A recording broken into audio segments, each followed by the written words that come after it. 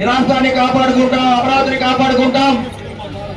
అదేవిధంగా మన రాష్ట్ర నాయకులు, సీనియర్ నాయకులు కన్నా లక్ష్మణ్ గారిని కూడా వారి కోరిక మేరకే వాళ్ళందరినీ కూడా ఈ కార్యక్రమాన్ని ఏర్పాటు చేసి ప్రభుత్వ పరంగా ఈ కార్యక్రమాన్ని ఏర్పాటు చేసిన జిల్లా కలెక్టర్ గారికి కూడా ధన్యవాదాలు తెలియజేస్తూ, అధికారులందరికీ అన్ని విధాల డ్వాక్రా మహిళలు కానీ, వాటర్ నీటి సంఘాలు, సొసైటీ ప్రెసిడెంట్లు, జిల్లా ప్రెసిడెంట్లు మనం అందరం కూడా ఇలానే ఉండాలి.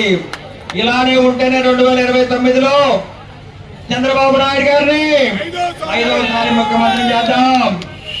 మళ్ళీ ఎంపీ గారిని 3వసారి గెలిపించాలి. హ్యాట్రిక్ ఏమంటారు? మరి జిల్లా నాయకులందరూ గెలిపించాలి. మన పల్నాడు జిల్లా వాళ్ళందరూ మళ్ళీ గెలవాలి. ప్రతిపక్షాల గుండెలో రైళ్లు పరిగెత్తాలి. వాడ అవునా కదా? వైసీపీ నాయకులు కానీ మాజీ ఎమ్మెల్యే గోపిరెడ్డి శ్రీనివాస్ రెడ్డి కూడా మేము ఒకటే చెప్తా ఉన్నాం, ఉమ్మడి కూటమి దెబ్బగా తట్టుకోలేరు, మీరు పక్కకి వెళ్ళమని చెప్తా ఉన్నాం. అదే వాళ్ళు నిరూపిస్తాం. మా యువ నాయకులు, మా అక్క జిల్లాలో, మా శక్తి మహిళలు, వీర మహిళలందరూ కూడా నిరూపించారు.